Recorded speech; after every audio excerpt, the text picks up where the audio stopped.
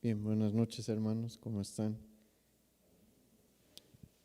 Bueno, pues también les saludamos a usted si está viéndonos a distancia y esperando en Dios que lo más pronto posible esto empiece a cambiar y podamos estar de nuevo todos aquí.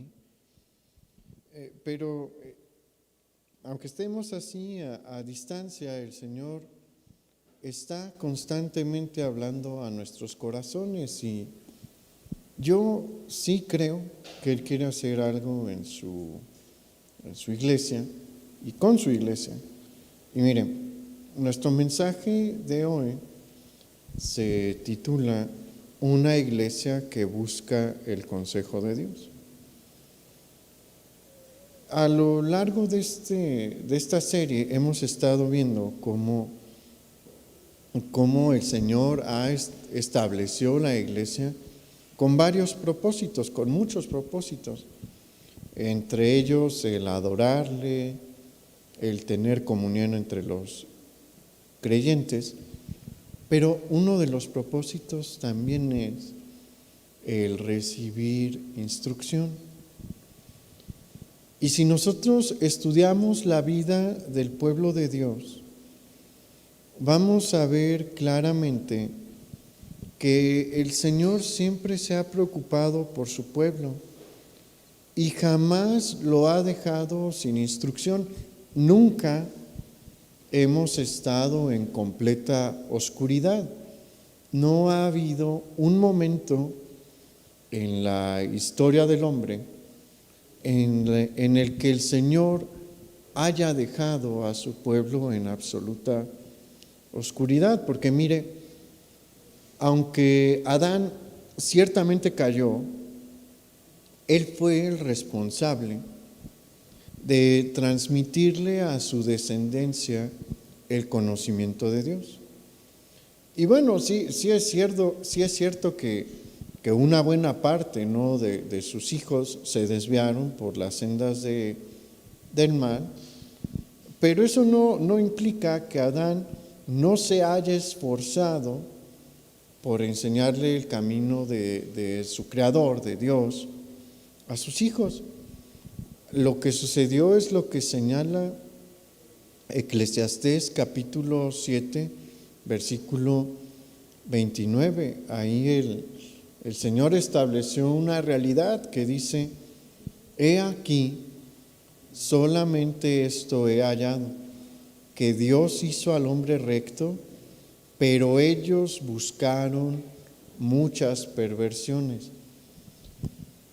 Adán perdió su perfección, sí, pero conocía a Dios y nadie ha estado tan cerca de Dios entre los hombres como Adán. Él tenía la relación más cercana que ha habido con Dios, una relación directa, y pues la Biblia no es clara sobre cuánto tiempo estuvo Adán sin Eva y cuánto tiempo estuvieron Adán y Eva sin caer, no sabemos, pero es muy probable que Adán haya pasado un buen tiempo con Dios.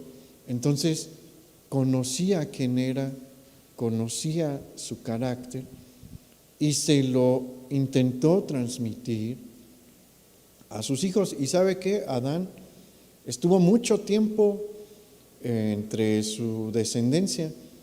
Él acompañó a sus hijos hasta Lamec, hasta la generación de Lamec. Lamec es la octava generación después de Adán. Tristemente, para este momento son tantos los descendientes de Adán que se han entregado al mal que no duraría mucho en llegar el diluvio universal. Y aquí es donde uno se sorprende, ¿no? Cómo es de necio el corazón del hombre, que a pesar de de tener todas las evidencias frente a sí mismo, decide ignorarlas e irse por su propio camino, porque eso fue lo que hicieron los descendientes de Adán. A pesar de tener a su padre ahí, quien les podía narrar de viva voz todo lo que sabía sobre la creación, todo lo que sabía sobre Dios, decidieron hacerlo a un lado, ¿no? Y entregarse a sus propios caminos, a sus propios pensamientos. Pero Dios no dejó al mundo en oscuridad. Poco después nacería Noé, y Noé instruyó a sus hijos. Después del diluvio iniciaría el periodo de los patriarcas, y vamos a encontrar a Abraham, a Isaac y a Jacob, quienes estaban encargados de instruir en los caminos de Jehová a sus hijos. Y una vez que salen de Egipto, guiados por Moisés, y después de haber recibido los 10 mandamientos, el Señor hace algo muy importante, y es establecer el sacerdocio arónico. ¿Por qué? Porque se está formando su pueblo especial, la nación que Él ha elegido para que le honren y le sirvan y lleven su mensaje a los demás. Y como mencionamos, Dios nunca nos deja sin instrucción, y no va a dejar a Israel sin instrucción. Por eso establece el sacerdocio arónico. Acompáñenme a ver dónde. En Éxodo capítulo 28, versículo 1.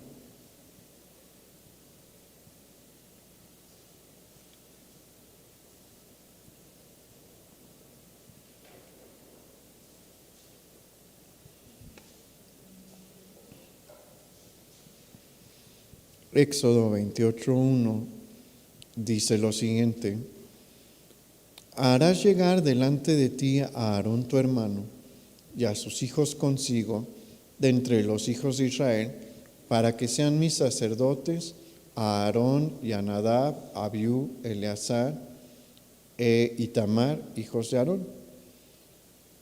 Y más adelante el Señor va a empezar a mostrarle y a instruir a Aarón y a sus hijos cuáles son sus funciones.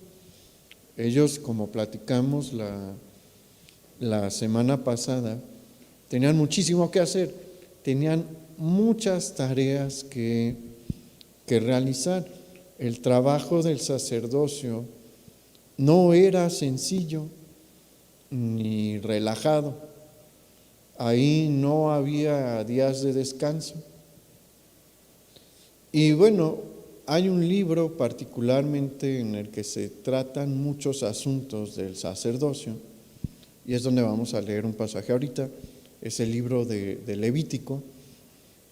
Vamos por favor a Levítico capítulo 10, versículo 8.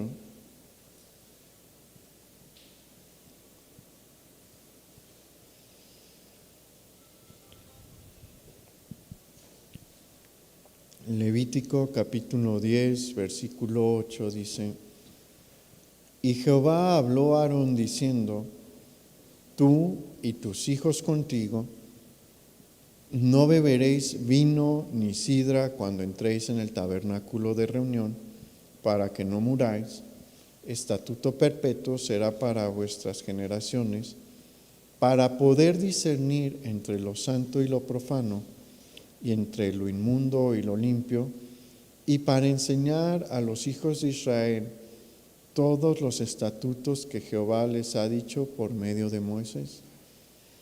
Aquí el Señor, está haciendo varias cosas, ¿no? Una de las cosas que podemos ver y que nos llama la atención es que les prohíbe ingerir bebidas alcohólicas cuando vayan a entrar al tabernáculo de reunión. Eso es una prohibición prácticamente permanente de la ingestión de bebidas alcohólicas. ¿Por qué? Porque ellos van al tabernáculo todos los días, tienen que estar en el tabernáculo de reunión todos los días, hay trabajo ahí que hacer. Hay muchas causas por las que lo prohíben, ese no es nuestro tema y no vamos a ahondar en eso, pero el Señor sabe que el alcohol nos impide discernir entre lo bueno y lo malo, entre lo inmundo y lo limpio, y muchas otras cosas, ¿no? El alcohol influye en la mente del hombre para distorsionarla de la realidad, y eso es algo que el Señor no quería ni quiere entre aquellos que le sirven, como lo hacía Aarón o como lo hacen los pastores ahorita. No es una buena idea ingerir alcohol, pero aquí también se nos enseña que el Señor quiere que ellos sepan discernir claramente lo que está bien y lo que está mal, y que le enseñen los estatutos que Él estableció a través de Moisés al pueblo. Ese es uno de sus trabajos principales. Sí es importante todo el trabajo que hacen a la hora de ofrecer sacrificios y demás, pero uno de sus trabajos primordiales es leerle la palabra de Dios a la nación de Israel y enseñarles los principios de la palabra de Dios a la nación de Israel. Y muchos siglos después, muchos siglos después, va a venir un cambio en el tiempo de la iglesia. Pasamos del tiempo de la nación de Israel al tiempo de la iglesia. ¿Y sabe qué? Aquí el Señor también estableció personas para darle instrucción a su pueblo. Inicialmente fueron los apóstoles. En Mateo capítulo 28, versículo 19, vemos la comisión que Dios les da a los apóstoles. Ahí el Señor les dice, en Mateo capítulo 28, versículo 19, por tanto, id y haced discípulos a todas las naciones, bautizándolos en el nombre del Padre y del Hijo y del Espíritu Santo, enseñándoles que guarden todas las cosas que os he mandado, y he aquí, yo estoy con vosotros todos los días hasta el fin del mundo. Amén. Mire, cuando abordamos en las clases dominicales, que ya vamos para un año que nos la suspendieron, ¿no? Con esto de la pandemia. Pero en las clases dominicales, creo que en los 3 cursos, por lo menos en el que estábamos viendo el año pasado y el del año anterior, hablamos sobre la constitución del canon del Nuevo Testamento, cómo se fueron compilando, ¿no?, los 27 libros del Nuevo Testamento. Y hay una postura de un sector académico en el que se muestran, y lo vemos en clase, las evidencias de cómo los primeros cristianos los consideraban a ellos, a Pablo y a los otros 11 apóstoles, los agentes autorizados por Cristo, por Jesús, para entregar y transmitir su nuevo mensaje de redención. Todas las evidencias nos muestran que los primeros cristianos reconocían claramente la autoridad que el Señor Jesús les había delegado. Hay un reconocimiento general de la autoridad de Pedro, de la autoridad de Juan, de Mateo, de Jacobo y demás, ¿no?, de Simón el Celote, los apóstoles, excepto Judas, porque Judas muere, y de Pablo. Hay un reconocimiento general de su autoridad.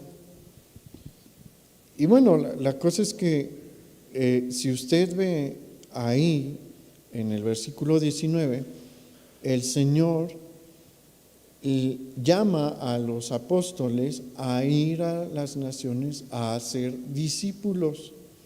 ¿Por qué? Porque quiere que se predique el Evangelio, pero también el discipulado no solamente implica la formación general de las personas en los caminos de la palabra de Dios, sino que implica también la preparación de líderes para que se hagan responsables, se hagan cargo de las iglesias que se van formando. ¿Por qué? Porque Pedro tiene un cuerpo nada más, Pablo nada más tiene un cuerpo, y no puede Pablo estar en la iglesia de Corinto y en la de Éfeso a la vez.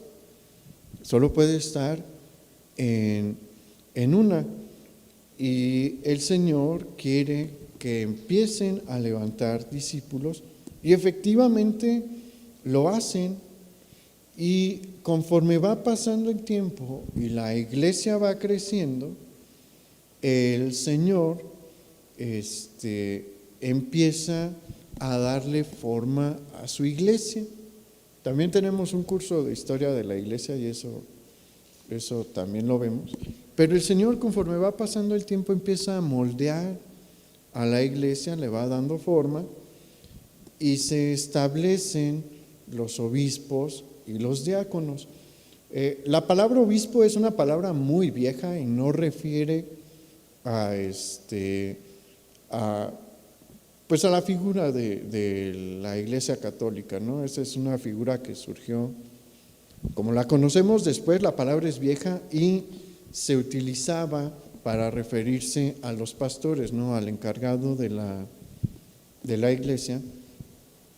Y Dios estableció ciertos requisitos a través del apóstol Pablo para que una persona pudiese ejercer el cargo de obispo. Acompáñenme a Primera de Timoteo, por favor, capítulo 3, versículo 2.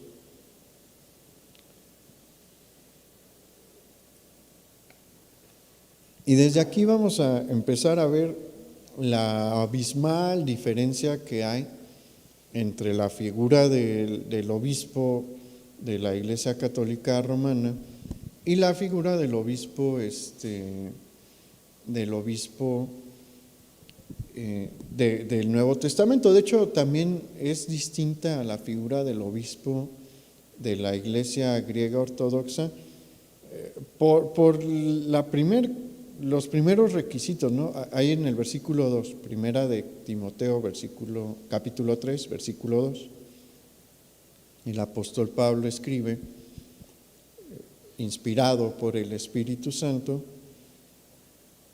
pero es necesario que el obispo sea irreprensible, marido de una sola mujer, sobrio, prudente, decoroso, hospedador, apto para enseñar, no dado al vino, no pendenciero, no codicioso de ganancias deshonestas, sino amable, apacible, no avaro, que gobierne bien su casa y que tenga a sus hijos en sujeción con toda honestidad. Pues el que no sabe gobernar su propia casa, ¿cómo cuidará de la iglesia de Dios? No un neófito, no sea que envaneciéndose caiga en la condenación del diablo. También es necesario que tenga buen testimonio de los de afuera, para que no caiga en descrédito y en lazo del diablo. Y bueno, empezamos a ver que uno de los requisitos es que estuviera casado con una sola mujer, pero casado. ¿Por qué? Porque el mismo apóstol Pablo, ¿no?, señala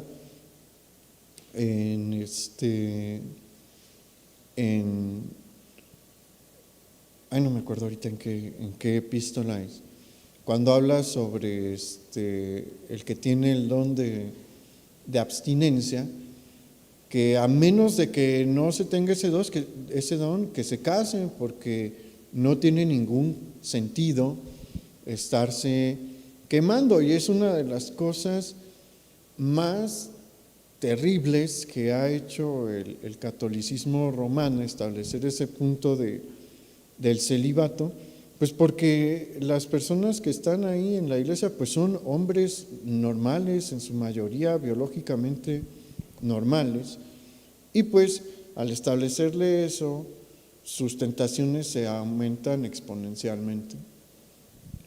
Por eso en la Escritura siempre se contempló, desde el principio, ¿no? Porque a Aarón y a sus hijos no se les prohibió casarse.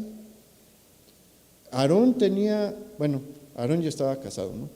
Pero la línea sacerdotal únicamente tenía, había varias restricciones, ¿no? Pero no podía casarse con alguien que fuera de otro pueblo, tenía que ser necesariamente judía. También señala que debía de ser virgen, pero se debían de casar. El sacerdocio arónico es un sacerdocio en el que se casan.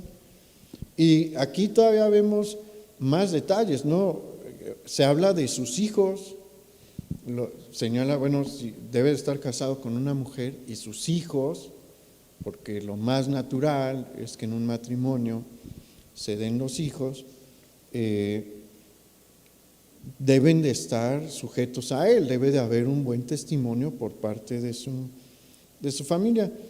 Vemos otros detalles, que debe de ser sabio, sobrio, no dado al vino y más, Pero nos vamos a enfocar en el versículo 6, porque ahí dice que no debe de ser un neófito. Esta palabra refiere a una persona sin experiencia, a un novato. ¿Y qué significa esto? ¿Qué se estaba dando a entender aquí? Que el que va a ocupar el cargo del obispado debe de ser una persona que tiene experiencia en la vida cristiana y un amplio conocimiento de las Escrituras. Y esto tiene todo el sentido del mundo. ¿Por qué? Porque uno de los trabajos principales, en realidad es el trabajo principal. El pastor tiene un montón de obligaciones, pero la principal es enseñarle la palabra de Dios al pueblo, instruir a la congregación en los caminos del Señor. Y el apóstol Pablo lo dejó muy claro al escribirle a Timoteo. Mire, Timoteo era probablemente su discípulo más querido, el discípulo más cercano que tuvo otros como Lucas, y Onésimo y Filemón, pero Timoteo fue uno que él empezó a instruir y a capacitar desde que él era joven. Entonces, pues él lo veía como a su hijo, y en la última carta que escribe, que es precisamente la segunda carta a Timoteo, es su carta final, le menciona lo siguiente. Acompáñame por favor a segunda de Timoteo, capítulo 2, versículo 1.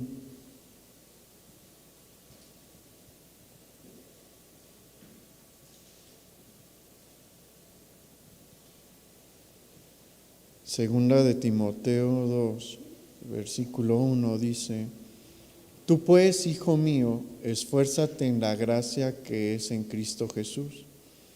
Lo que has oído de mí ante muchos testigos, Esto encarga a hombres fieles que sean idóneos para enseñar también a otros. Vamos al capítulo 4, por favor. Ahí una vueltecita a la página de su Biblia será suficiente. El capítulo 4, versículo 1 dice: Te encarezco delante de Dios y del Señor Jesucristo, que juzgará a los vivos y a los muertos en su manifestación y en su reino, que prediques la palabra, que instes a tiempo y fuera de tiempo, redarguye, reprende, exhorta con toda paciencia y doctrina. Estos dos pasajes enseñan una misma instrucción. Y es importante tomar en cuenta que esta instrucción la está repitiendo el apóstol Pablo.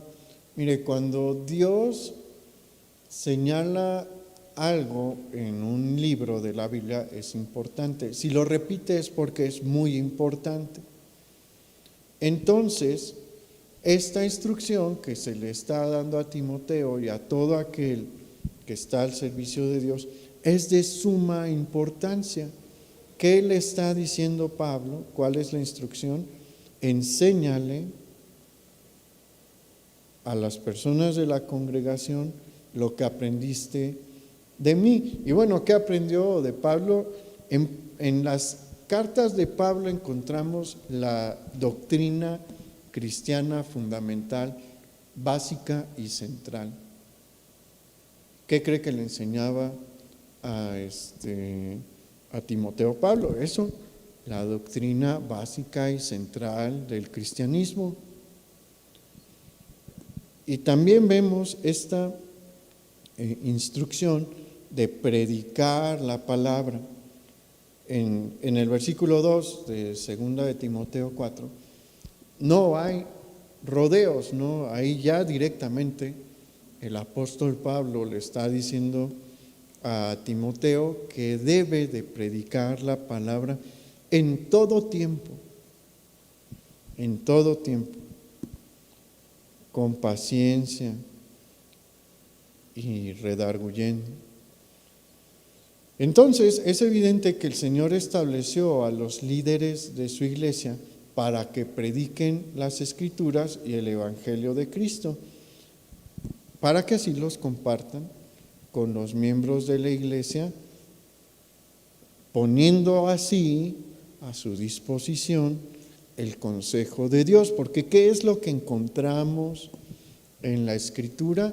El consejo de Dios. Las palabras de Dios para dirigirnos y guiarnos. Y mire, una de las razones por las que el Señor estableció esto es muy sencilla. ¿Cuál es esta razón? Que todos necesitamos el consejo de Dios para nuestras vidas. Todos. No hay alguien que diga, yo lo sé todo, yo sé solucionarlo todo, no necesito la instrucción de Dios. Mire, cuando uno se pone a reflexionar que Dios nos dio en este libro las instrucciones para guiar nuestra vida, deberíamos de sentir pues una emoción. ¿Por qué? Porque Dios es el ser más sabio que existe. No hay alguien más sabio que Él. Él lo conoce todo, lo entiende todo y nos está estableciendo aquí lo que debemos de hacer para resolver nuestras problemáticas. ¿Tiene problemas? Yo creo que todos aquí estamos de una u otra forma experimentando algún tipo de problemática, sea chica o sea grande o muy grande. Pero difícilmente hay alguien que pueda decir en este tiempo, yo no tengo ningún problema. La mayoría del mundo, y no es una hipérbole, no es una exageración, la mayoría de las personas del mundo hoy están pasando por algún tipo de dificultad o viviendo las consecuencias de alguna dificultad. El Señor nos dice qué hacer. Mucha gente no sabe, ¿no? Pero en la Biblia el Señor nos dice qué hacer hoy. Él tiene una respuesta y una solución para el problema por el que estamos pasando, pero necesitamos saber lo que dice la palabra de Dios. Y mire, como humanos, la realidad, hay gente que piensa algo distinto, ¿no? Pero ese pensamiento está alejado de la realidad. La realidad, la verdad, es que no lo podemos todo. No lo sabemos todo. Y necesitamos ayuda e instrucción de aquellos que Dios ha capacitado. Es por eso que el profeta Ezequiel, al profeta Ezequiel, el Señor le señaló cuál era la función que Él desea de sus sacerdotes. Acompáñenme, por favor, a Ezequiel capítulo 44, versículo 23.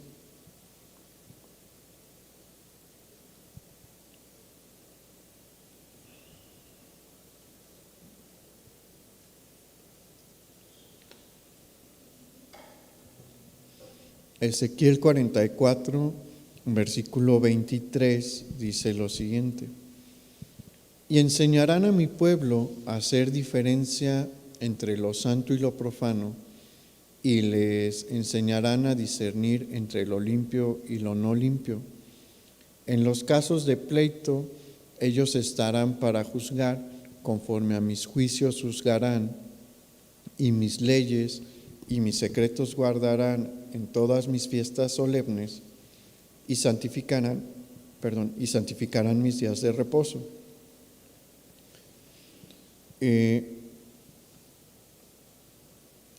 Es una realidad que cuando hay situaciones de presión es cuando más necesitamos la instrucción de Dios. Porque mire, cuando estamos en una situación de presión, la realidad es que nuestro entendimiento tiende a ofuscarse o a nublarse. Y reflexione un poco, ¿no? Y vea hacia atrás, hacia algún problema, y fíjese si no es verdad que cuando recibió una mala noticia en primera instancia le fue difícil reaccionar. Es normal, no es pecado, no está mal, es normal. ¿Por qué? Porque pues tenemos limitantes y tenemos emociones. Es bien malo guiarse por las emociones, porque las emociones son muy engañosas. Y tomar decisiones basadas en una emoción es sumamente peligroso, pero es algo en lo que todos tenemos tentación. ¿Por qué? Porque somos seres emocionales. Sentimos todo, ¿no? Sentimos tristeza, sentimos alegría, sentimos ansiedad,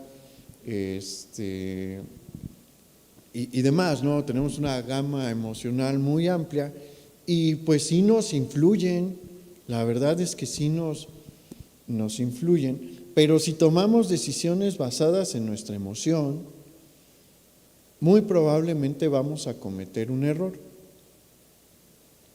Tomar una decisión cuando estamos muy enojados generalmente lleva a un error. Tomar una decisión cuando estamos sumamente felices puede ser peligroso también. porque por estar contento, ¿no? Uno puede conceder cosas que en un estado normal no cederíamos, ¿no? Y bueno, cuando sentimos presión vienen emociones que nos afectan más. ¿Por qué? Porque la angustia es una emoción muy fuerte, la tristeza es una emoción muy fuerte, la desesperación es una emoción muy fuerte y pues tienen la capacidad de nublar nuestra visión, de nublar nuestro entendimiento, y aunque la respuesta esté sencilla, no la podemos ver. Y es por eso que el Señor nos ha dado hermanos más experimentados y a líderes que nos ayuden. Dios estableció el liderazgo por algo. No es nada más que el Señor decidió poner a alguien aquí que exponga la palabra de Dios, ¿no? También se está para aconsejar. Obviamente el consejo que Dios espera, como hemos visto, que den los que se paran aquí enfrente, es uno basado en lo que dice la palabra de Dios. No está ni desea el Señor que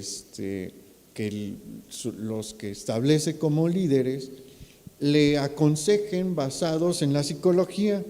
No,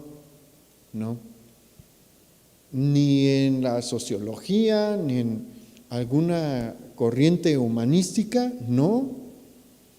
El Señor quiere que le aconsejen a través de la palabra de Dios. Si lo mandan con el psicólogo, preste atención, no debería de ser, deberían de hablarle la palabra de Dios. Sí lo pueden mandar con un psiquiatra, bueno, ahí ya son cosas médicas, ¿no? Cuando lo mandan al psiquiatra es porque tiene un problema de química cerebral o algo así, pero el pastor no debería mandar a alguien con el psicólogo, debería de mandarlo a los principios de la palabra de Dios, pero obviamente para hacer eso se necesita que la persona esté preparada en el conocimiento de la Escritura, ¿no?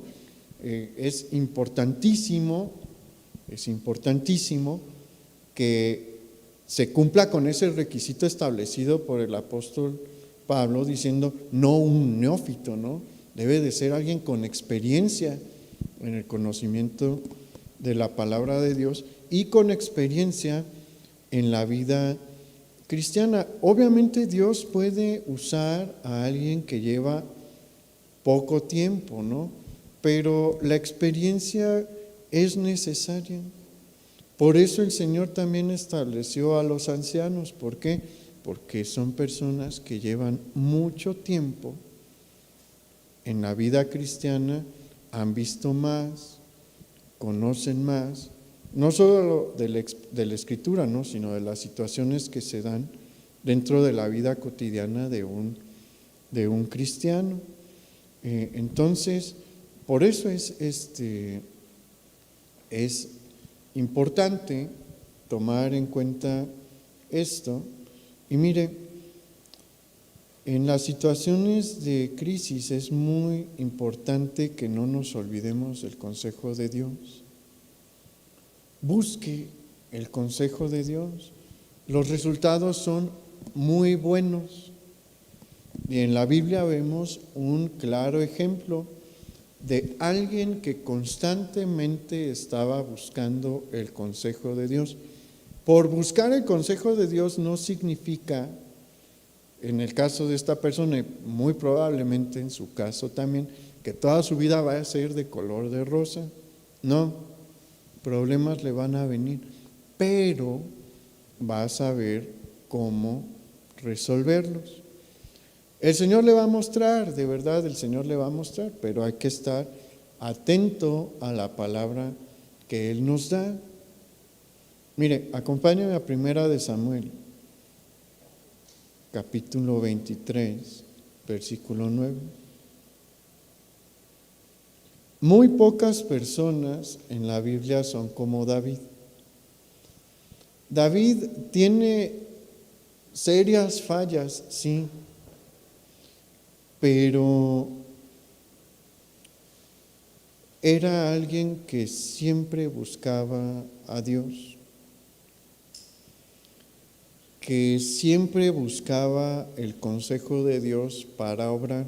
Obviamente tuvo sus errores y sus pecados, sí, pero se arrepintió de todos sus pecados, genuinamente, y en su vida podemos ver claramente que él buscaba obrar únicamente dirigido por Dios.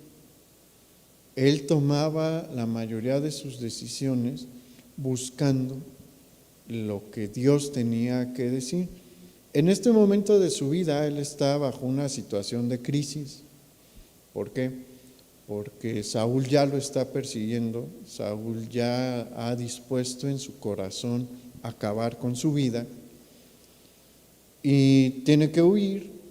Se va y se refugia en la tierra de Judá y ahí se juntan pues muchos familiares con él porque ellos también tienen miedo y se arma un pequeño grupo armado, ¿no?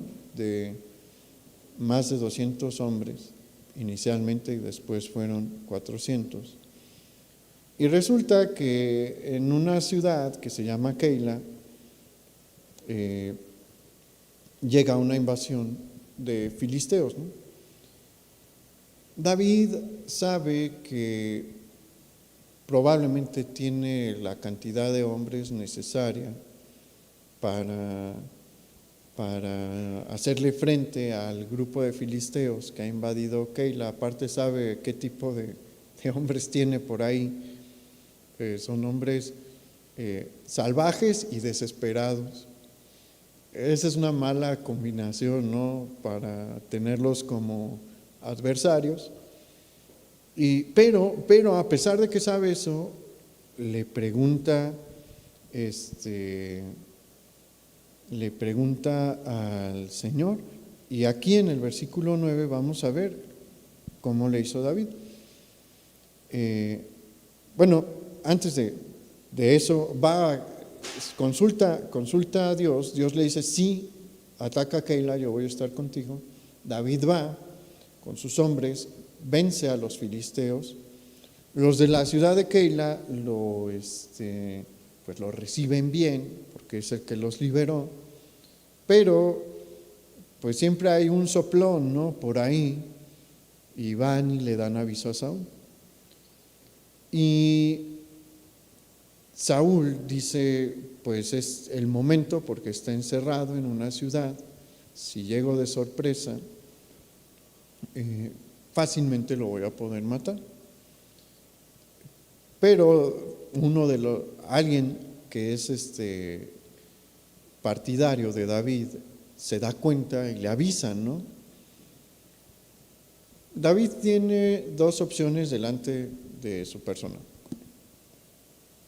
Se puede quedar en la ciudad confiando en las murallas, de cualquier manera a Saúl. Si se logra encerrar David en las murallas de la ciudad, le iba a costar bastante trabajo conquistarla. Esa es una opción. La otra es huir.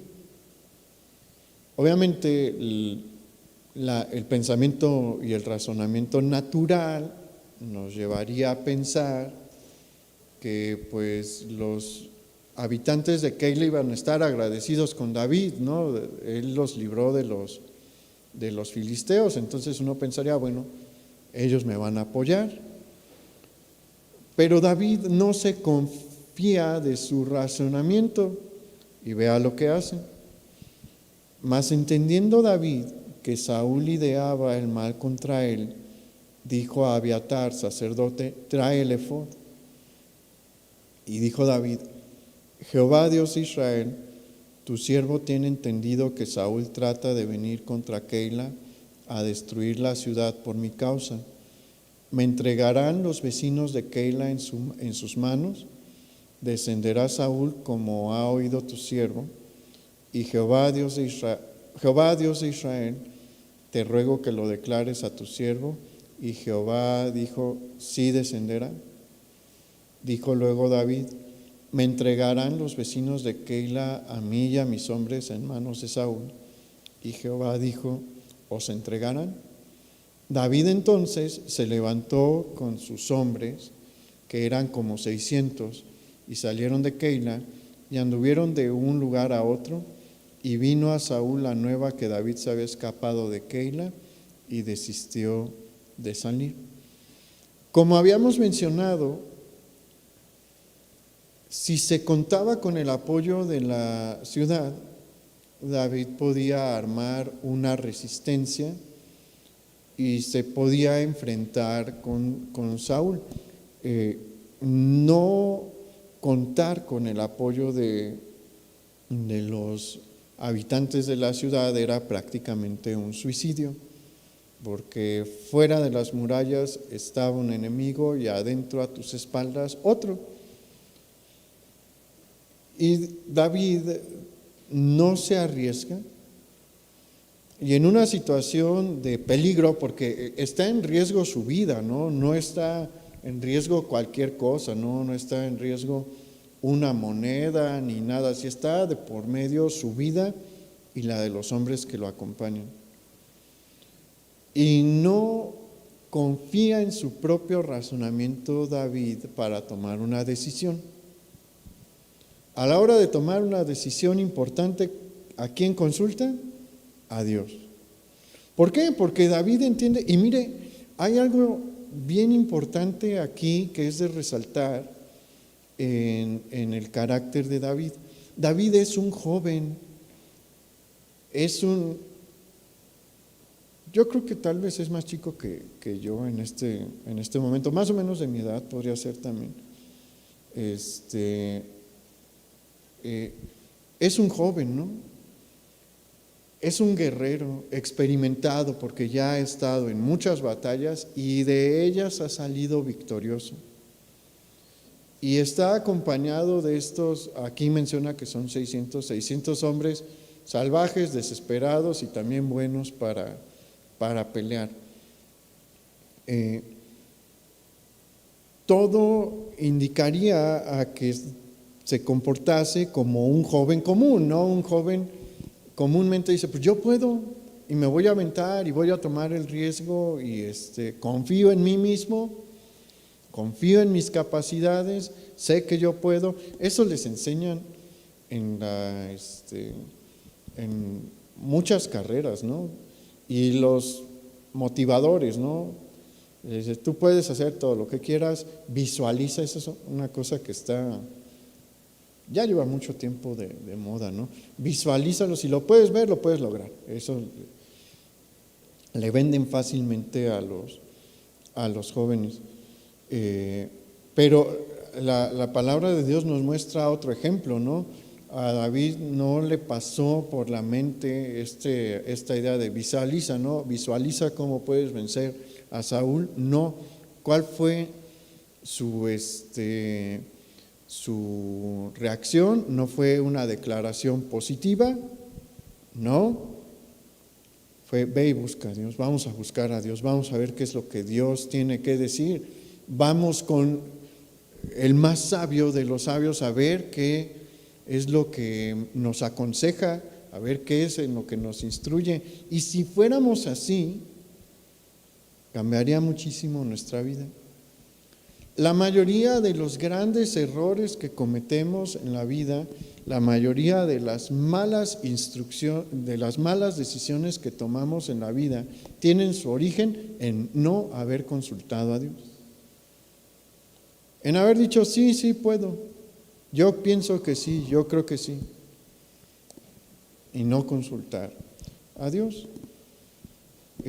David no es así, y por no ser así, por consultar a Dios, por buscar la instrucción de Dios. Aparte, otro detalle aquí importante es que fue a consultar a Dios a través de ¿quién?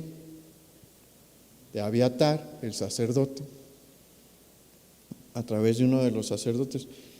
Por eso le digo que no es casualidad que Dios haya establecido al liderazgo, está ahí por una razón. Ya hablamos cuál es la razón, ¿no? Y el tener esta actitud en este periodo de su vida, corto periodo de su vida, le trajo dos grandes y buenas consecuencias.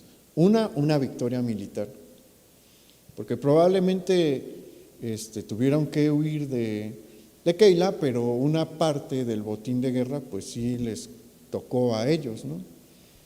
Y la otra fue salvar su vida. Dios le prospera y le da una victoria, le da un éxito, y por otro lado también salva y guarda su vida. Pero mire, la realidad es que muchas personas endurecen su corazón para con Dios y a pesar de tenerle cerca, no le quieren consultar. En muchas ocasiones porque saben lo que Dios les va a decir y saben bien que eso es lo que no quieren escuchar. Es una realidad, mire, Dios no es un Dios que nos chiquea. Dios nos ama, no nos chiquea. Y habla mucho en Proverbios sobre lo que hace sobre un hijo el chiquearlo y mimarlo. Los convierte en hijos malcriados, mal acostumbrados. Lea en el libro de Proverbios, se habla mucho sobre los malos efectos de chiquear y mimar de más a un hijo. Los incapacita para hacerle frente a la vida y les genera un montón de problemas. Entonces Dios nunca nos va a mimar, nos ama. Eso sí, no dude jamás de eso, Dios le ama, pero no lo va a mimar. Como no nos va a mimar, nunca tenga esa expectativa de que Dios lo vaya a mimar o que lo vaya a chiquear. Siempre nos va a decir lo que es mejor para nosotros. La cosa es que lo que es mejor para nosotros en muchas ocasiones no es lo que queremos. Esa es una realidad. Es como a los niños, ¿no? A ningún niño le gusta la medicina, pero la ocupan. Yo me acuerdo, no se me olvida esa medicina, el Grifen. Era horrible esa medicina. Tan grave. Le di gracias a Dios cuando cumplí 13 años y ya podía tomarlo en pastillas, porque el jarabe era horripilante, la verdad. Pero me lo daban cuando tenía una infección de la garganta severa y pues se ocupaba, no me gustaba, pero me lo tenía que tomar. Así es el Señor. A veces nos va a dar cosas que no nos queremos pasar, pero las necesitamos. Pero hay personas que simplemente no se la quieren tomar, ¿no? No quieren escuchar lo que Dios les dice y deciden ignorar su consejo, ir a buscar otras fuentes de consejo. ¿Y qué cree que es lo que pasa? Cosas desastrosas. Acompáñame a ver un ejemplo en Segunda de Reyes, capítulo 1,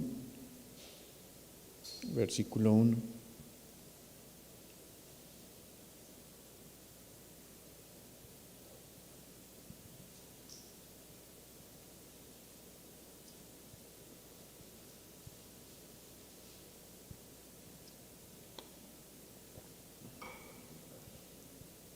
Segunda de Reyes, capítulo 1, versículo 1 dice: Después de la muerte de Acab, se rebeló Moab contra Israel, y Ocosías cayó por la ventana de una sala de la casa que tenía en Samaria, y estando enfermo, envió mensajeros y les dijo: Id y consultad a Baal-Zebub, dios de Ecrón, si he de sanar de esta mi enfermedad.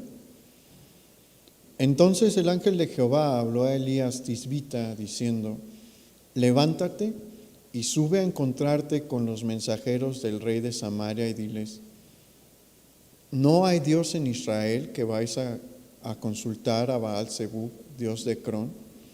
Por tanto, así ha dicho Jehová: del lecho en el que estás no te levantarás, sino que ciertamente morirás. Y Elías se fue. Esta es la situación que tenemos aquí presente, ¿no? En este caso. Muere Acab, rey de Israel, del reino del norte, y su hijo Ocosías hereda el trono. Y él era un hombre tan perverso como su padre, entregado a la idolatría y a la maldad. Pero sucede, por razones que no nos explica la Biblia, que en un momento, no sabemos por qué, el nuevo rey de Israel se cae desde una ventana y obtiene heridas muy graves.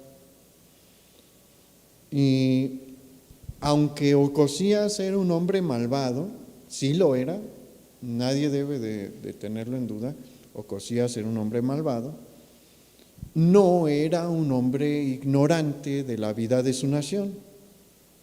Le gustaba hacer el mal, pero no era ignorante de los eventos históricos que se estaban desarrollando en su nación. Él bien sabía que Dios había levantado un gran profeta en Israel. También sabía bien que una parte de la nación se había vuelto de sus caminos de idolatría, porque en el gobierno de Acab muchos empezaron a adorar a Baal y a Asera, pero desde el enfrentamiento que tiene Elías con los profetas de Baal en el Monte Carmelo, una parte de la nación, una buena parte de la nación vuelve a los caminos de Jehová, el Dios de Israel. Y aparte de saber esto, conoce bien que todas las profecías que Elías Tisbita ha dado se han cumplido cabalmente. Sabe que Dios está en Israel, que Dios ha visitado nuevamente a Israel, y que si quiere saber la verdad, pues nada más necesita acercarse a Elías. No hay que ir lejos. Elías está ahí cerca. Ya no se está escondiendo, como sucedió durante los 3 años y medio de sequía. No, Elías está pues al alcance. La palabra de Dios y el consejo de Dios, es más, los milagros de Dios estaban al alcance de Ocosías, pero el corazón del rey de Israel se ha endurecido. ¿Por qué? Porque bien sabía que Elías no hablaba lo que los reyes querían oír. Él iba a hablar la palabra de Dios, le gustase al rey o no. Mire, en ese tiempo, en las naciones paganas, generalmente tenían los reyes a su servicio a los sacerdotes y a varios, digámoslo así, bueno, no son adivinos, esa es una mejor palabra, adivinos que pudiesen hablarle sobre los eventos del futuro. Y pues la verdad es que muchos simplemente le decían al rey pues lo que quería escuchar. ¿Por qué? Pues porque ellos los mantenían y los rodeaban de lujos y pues no eran tontos, no eran insensatos.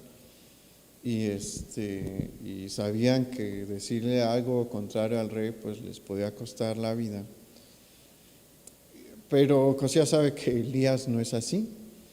Cada vez que Elías se encontró con su papá, con Acab, le dijo lo que Dios tenía por mensaje, y cada vez le dijo a Acab cosas que ponían en peligro su vida. Elías sabía que cada encuentro con Acab ponía su vida de por medio.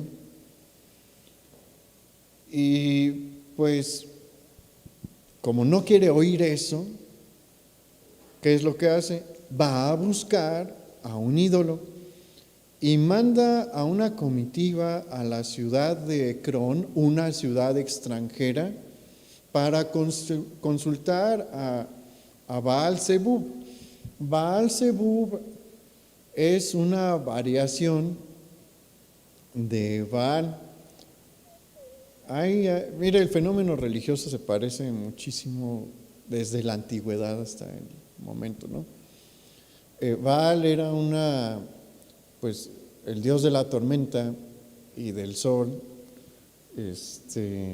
en esta región, ¿no?, cananea, pero cada ciudad tenía su propia versión, tenía alguna variación, ¿no?, en su vestimenta o en usted sabe, ¿no?, a qué me refiero con las similitudes del fenómeno religioso actual. Eso sucedía desde la antigüedad, ¿no? Y por la razón que usted quiera, mandan a este grupo de hombres a consultar a esta versión de Baal, a Baal Zebub en Ecrón. La cosa es que Jehová es el Dios de Israel y Él ve todo lo que pasa en su pueblo, conoce todo lo que pasa en medio de su pueblo, incluso lo que se hace en las cámaras escondidas del rey, y le va a dar una lección a Ocosías. Y le dice a Elías qué está pasando. Elías va e intercepta a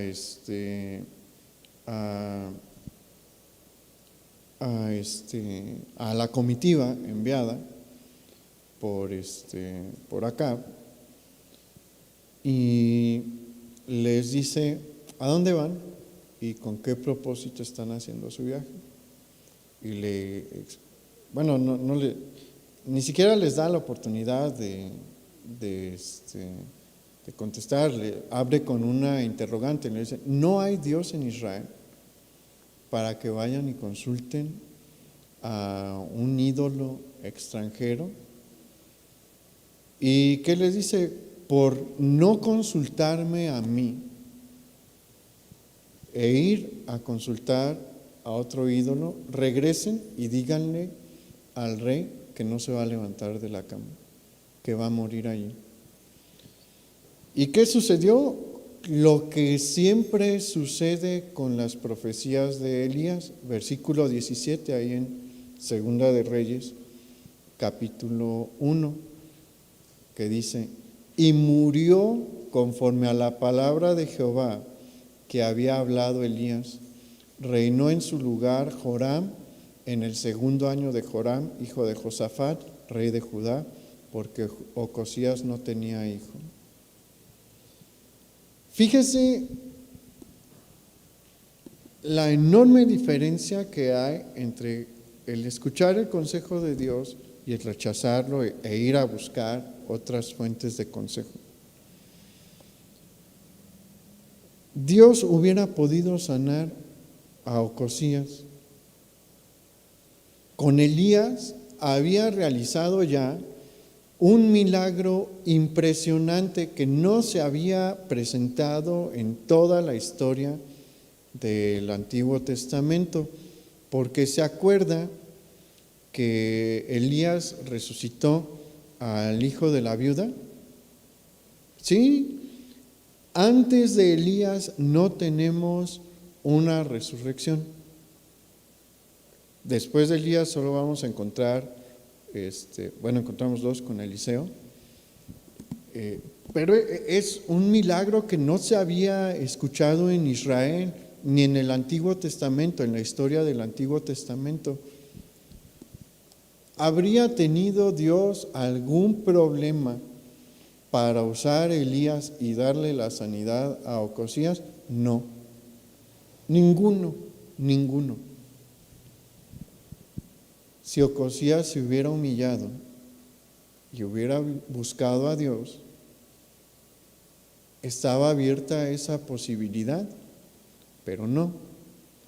Decidió ir a buscar al Dios de Ecrón y el resultado, ¿cuál fue? Su muerte. Así de grave puede ser nuestra situación si nosotros nos empecinamos en no buscar la instrucción de Dios. Necesitamos el consejo de Dios. Reconozcamos que no lo podemos todo, que no lo sabemos todo, y busquemos a Dios. Busque el consejo de Dios. Si va a tomar si tiene una decisión importante delante de usted, busque el consejo de Dios. ¿Sabe que si no lo busca, se va a dirigir a dos fuentes? Solo quedan dos fuentes de consejo posibles después de buscar a Dios: su propia carne o un enemigo de Dios. Esa es la realidad. Son las únicas otras fuentes de consejo que usted va a encontrar.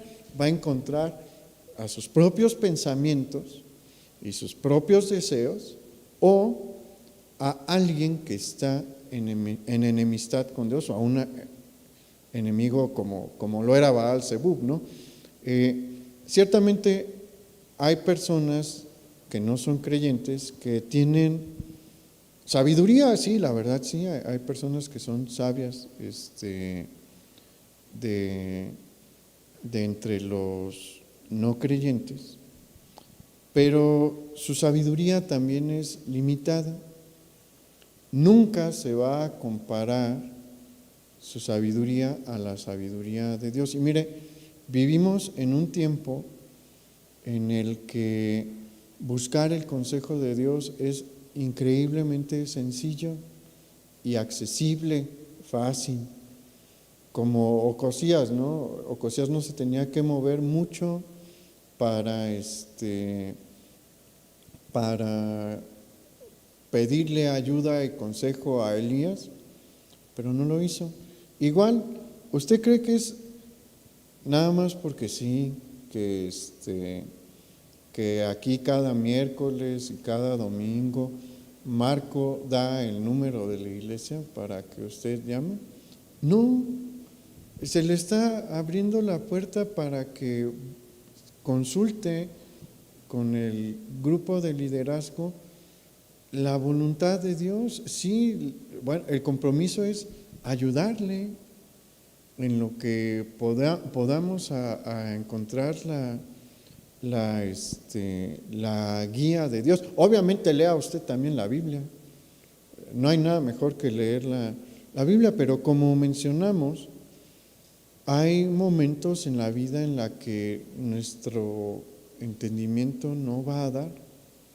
Hay tantas cosas que traemos sobre nosotros que no nos van a dejar ver. Y Dios nos pone delante de nosotros las herramientas para recibir su consejo, y ¿sabe qué? La mayoría no lo busca. Y al no buscarlo, lo único que nos dice es que están consultando su propio entendimiento, o están buscando a alguien que no está en buenas condiciones con Dios. Y eso es, como vimos aquí, sumamente peligroso. Entonces, seamos como David, tengamos un corazón como el de David, y vamos a ver que nuestra vida va a cambiar. Acompáñenme ahora. Señor, muchas gracias por tu palabra y todo lo que tú nos das. Gracias, Señor, por todo lo que has puesto a nuestro alcance, porque vivimos en un tiempo maravilloso en el que es fácil tener una Biblia, es fácil buscar tu palabra en una predicación, es fácil contactar a los pastores. Ayúdanos a no desperdiciar todo lo que tú nos das para vivir la vida que tú deseas, para saber cuál es tu consejo, para saber cuál es tu voluntad. Señor, ayúdanos a no ser necios, como lo fue Ocosías, y a no confiar en nosotros mismos. Ayúdanos a no buscar otras voces, porque tu voz es la única que busca nuestro bien. Todas las demás voces buscan nuestra destrucción, porque nuestra carne lo único que desea es el pecado y el pecado nos destruye. Ayúdanos, Señor, a atender este llamado que tú nos das, porque quieres un pueblo diferente, quieres un pueblo que viva en tus victorias. La única manera de tener una verdadera victoria es haciendo tu voluntad. Te pedimos que tú nos guíes y que tú nos muestres y nos ayudes a ser humildes para reconocer cuánto necesitamos de tu consejo y ayuda. Te lo pedimos en el nombre de Jesús. Amén. Pues que pase muy buena noche, hermano, que descanse y que mañana le vaya muy bien. Los jóvenes, recuerden, y los padres de los jóvenes y adolescentes que quieran ingresar en esta ocasión, el acceso está abierto también para ustedes. No desperdicie esta oportunidad. Lo que tenemos en nuestro corazón es darle herramientas para que usted sepa enfrentar el mundo que están viviendo sus adolescentes y sus jóvenes. Entonces, el viernes a las 7 vamos a estar teniendo esta reunión especial, y el domingo a las 11 de la mañana tenemos nuestra reunión también. Que el Señor le bendiga.